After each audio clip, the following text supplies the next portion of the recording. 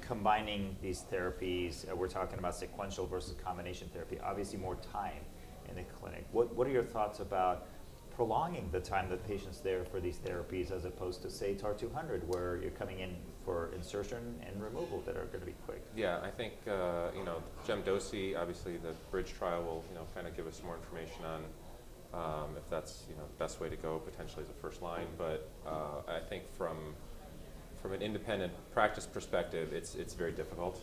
All our clinics are packed.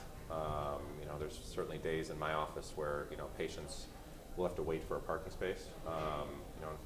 In a lot of our private practice settings, we don't have the beautiful brand new cancer center buildings with like a 5-story parking garage. So, it is a challenge. So having someone sitting there for 4 or 5 hours doing the gem-doce regimen is challenging. I know some, larger independent groups have partnered with infusion centers, hospitals or oncology offices to really allow them to do gem-doce. So that's an option, but I think some of these, with cretostimogene, nadofaragene, TAR-200 certainly, that can be a pretty quick either installation or a quick, in and out with a TAR-200 or potentially TAR-210 in the future.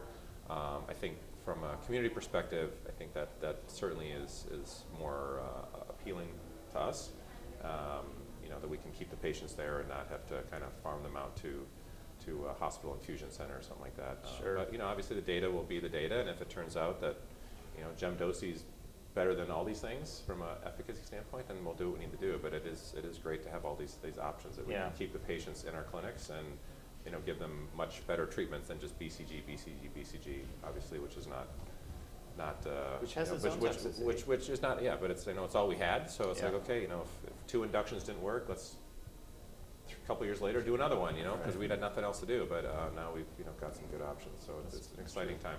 Well, we don't have traffic in LA, so I don't really understand that. So, all right, you mentioned nadofaragene, and that's been in our, we've been using it, and it's been in our practice. I presume you have it as well, and you're using it. What has been your experience thus far, and what do you think about this concept of re-induction?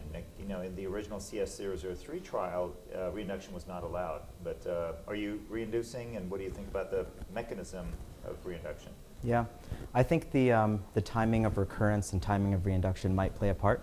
We don't have great data to guide us on when the best timing would be.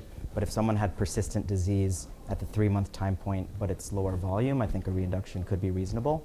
I think if they come back with a major recurrence that's 9 months, 12 months out, questionable if that's the best strategy to use. Yeah.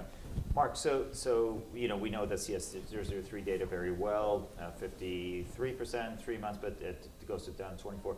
What do you think about real world data? Do you think we're going to improve on these results? Yeah, I'd hesitate to say we're going to improve. I think that the real world data that's been out so far, and some was presented at GU ASCO, I think it provides a lot of reassurance that the observations that we made in that trial are going to hold up in the real world. And in the real world, there's re-induction. There's things that are done differently. We're not doing biopsies. There's things that are done differently enough that it's really hard to make comparisons.